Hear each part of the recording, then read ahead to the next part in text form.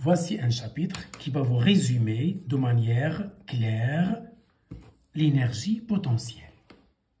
Et je commence par la définir. Qu'est-ce qu'une énergie potentielle? C'est une énergie stockée, cachée, emmagasinée dans un système selon son état, selon sa situation, selon sa position, bien sûr, par rapport à une référence. Et on va expliciter ça dans le deuxième paragraphe. Quels sont les types d'énergie potentielle? Il y a 3 types d'énergie potentielle, 3 catégories, 3 familles d'énergie potentielle. Et je commence par la première catégorie, l'énergie potentielle de pesanteur, qu'on symbolise par EPP, énergie potentielle de pesanteur, en un point M de l'espace, en un point M où se trouve le système étudié. Un satellite, un avion, un homme, un taxi, un camion, etc. Ce type d'énergie potentielle de pesanteur, bien sûr, il existe dans le cas d'un système qui plonge dans le champ de pesanteur d'une planète. C'est petit g avec flèche du vecteur accélération de pesanteur. Donc tout corps qui plonge dans un champ de pesanteur possède ce qu'on appelle une énergie potentielle de pesanteur, bien sûr en changeant de position. Donc ce type d'énergie existe pour les systèmes soumis donc à des forces telles que le poids ou la force gravitationnelle, c'est-à-dire des forces newtoniennes, des forces centrales. On a déjà étudié dans les vidéos précédentes. P égale mg et la force d'attraction universelle, c'est moins g, le constant gravitationnel, fois la masse du système étudié, fois la masse de la planète. Ici, on est sur la Terre, donc c'est m de la Terre, sur r au carré. C'est OM, du centre O attractif au point M du système étudié. Petit u, c'est un vecteur de la base, ici de O. Voilà la Terre, voilà le O, voilà le vecteur petit u. Comme petit i, petit j, petit k, comme vous voulez. On entend en général petit u. Ça, c'est la Terre, voilà M de la Terre. Et voilà le système étudié. Il se trouve au point grand M. Sa masse est petit m.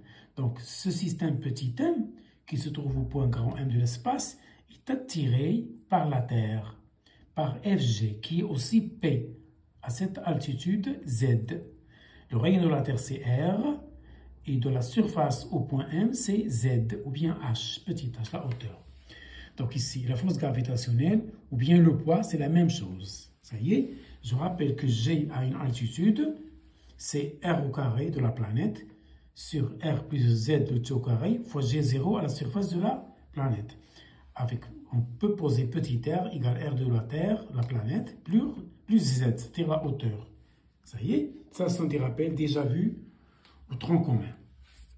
Donc, l'énergie potentielle de pesanteur existe pour des systèmes soumis à des forces telles que le poids ou la force gravitationnelle, soumis à des forces centrales, soumis à des forces ou à des champs newtoniens. Donc, il vérifie ces forces. Elle vérifie F égale moins grade de cette fonction scalaire qui est EPP. Énergie potentielle, on peut le noter U indice P, en un point 1 bien sûr. Donc, F égale moins grade EP. Ici, la variable, c'est petit r. Donc, cette relation devient F égale moins la dérivée de EPP par rapport à R. Et je tire des EP et je passe à l'intégration. Puisque j'ignore les bornes, j'ajoute une constante. Bien sûr, avec F égale ceci, avec le signe moins. Attention. Donc, grand F, c'est tout ceci sauf le U. Le moins, ça signifie, c'est une force attractive. Attention, ça influence sur l'intégrale. Donc, voilà le moins. Et je remplace F par ceci avec son signe moins, plus C. Je fais sortir la constante. L'intégrale de 1 sur x carré, c'est moins 1 sur x. Ici, 1 sur r, c'est moins 1 sur r, plus c. Donc, voilà l'énergie potentielle de pesanteur, dans le cas le plus général. Ou bien, on le note, EPPM égale lambda sur r plus avec lambda égale moins g1t. Donc, apprenez cette relation, la dernière, par cœur, avec la constante lambda. N'oubliez pas le signe moins.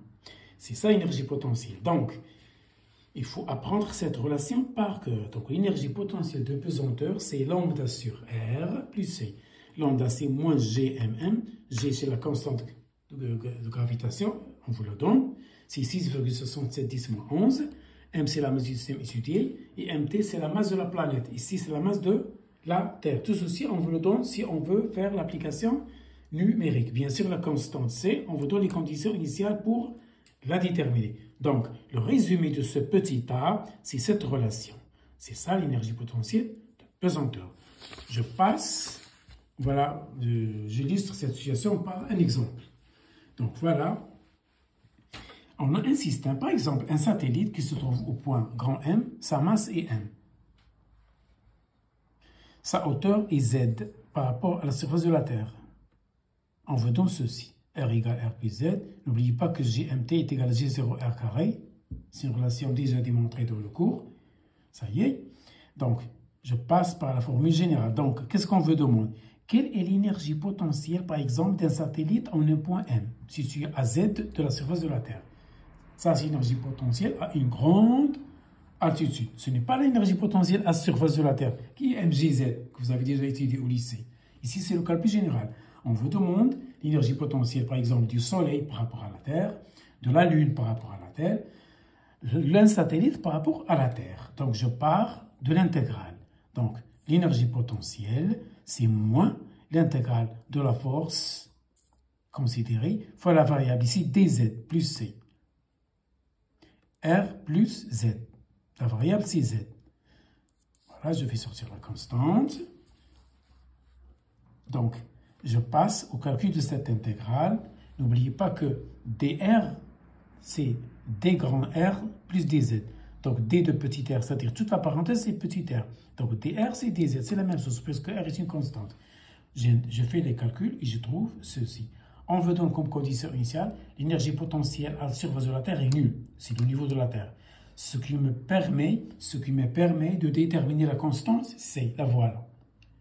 Ça y est, je remplace ici Z par 0, U par 0 et je tire C. La voilà. Je la remplace ici et voilà la formule qu'il faut apprendre par cœur. C'est la deuxième relation.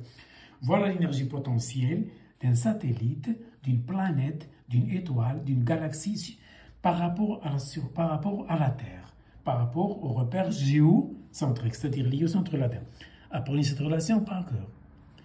Comme cas particulier, on va revenir au lycée.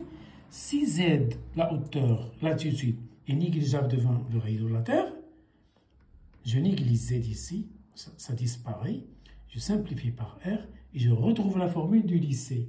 L'énergie potentielle au voisinage de la Terre, c'est mgz. Ça y est, ça c'est un cas particulier de ceci. Et je passe à la deuxième catégorie de l'énergie potentielle. L'énergie potentielle élastique. EP élastique en un point M. Si le cas d'un ressort, voilà une masse, je la tire, je la éloigne de sa position d'équilibre, elle est rappelée vers la position d'équilibre grâce à la force de la rappel, c'est la tension du ressort. Elle la rappelle vers sa position d'équilibre, bien sûr, après des oscillations. Voilà la force. Je vais chercher l'énergie potentielle élastique. Voilà le grand F qu'il faut mettre sous l'intégrale. Je prends EP, c'est moins l'intégrale. Tout ceci avec le signe moins. C'est l'intégrant ici, dx. J'ignore les bornes plus c. Voilà. X, c'est quoi? C'est l'allongement. C'est delta L. C'est la longueur finale moins la longueur initiale. L'intégration de ceci, c'est immédiat. C'est 1 demi de k, x carré plus c. C'est ça, énergie potentielle élastique. Le cas d'un ressort, d'un muscle, d'un animal qui s'étire comme le tigre, etc. Il s'agit donc de l'énergie potentielle élastique. Tout à l'heure, c'était potentiel de pesanteur, parce que le système plonge dans un champ de pesanteur G. Ici, le système, il est soumis à une force de rappel. Donc, il y a la constante de raideur du ressort qui intervient. Si j'ai par exemple, un pendule de torsion, c'est-à-dire un ressort circulaire, dont je peux changer le rayon, je mets ici C, la constante de torsion, 1 demi de C, θ au carré, l'angle. Ça y est? Ça, c'est pour un pendule élastique. Pour un pendule de torsion, remplacer K par la constante de torsion et remplacer X, c'est-à-dire l'abscisse rectiligne, par θ, qui est l'abscisse angulaire. Et je passe à la troisième, et ce sera la dernière catégorie de l'énergie potentielle. C'est l'énergie potentielle électrique. Ici, on va utiliser la formule, ou bien de Coulomb, la force électrique ou électrostatique entre deux charges quelconques. Bien sûr, puisque c'est une force en 1 sur R carré, elle vérifie F égale moins grade EP. Bien sûr, en un point, M toujours. Je passe à l'intégrale, ça c'est le cas le plus général. Cette relation me donne celle-là, sans flèche. Le F, le grand F, le voilà, avec dr plus C. Je fais l'intégration et je trouve la même chose que tout à l'heure. Donc, énergie potentielle de pesanteur ou bien l'énergie potentielle électrique ont la même formule, sauf que lambda ici, c'est KQQ', et pour énergie potentielle, il y a un moins. C'est ça la différence.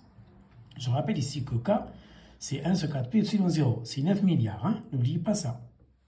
Si Q est la charge, par exemple, étudiée, on pose KQ'(R) sur le potentiel, donc c'est le potentiel créé par Q'. Donc cette charge Q qui est étudiée plonge dans le potentiel créé par Q'. Et on peut écrire cette relation, celle-là, sous cette forme. Donc énergie potentielle électrique, c'est Q du système étudié fois le potentiel dans lequel elle plonge, plus C. Donc, soit vous retenez cette relation, soit celle-là, en faisant intervenir le potentiel électrique créé par une autre charge, pas la charge étudiée. Ça y est. Et voilà un exemple. Soit l'atome d'hydrogène, le Q, c'est le noyau, Q', c'est moins 1. Les voilà. Je remplace ici.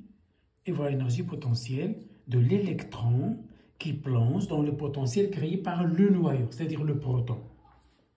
Voilà un petit résumé et on va achever ce chapitre.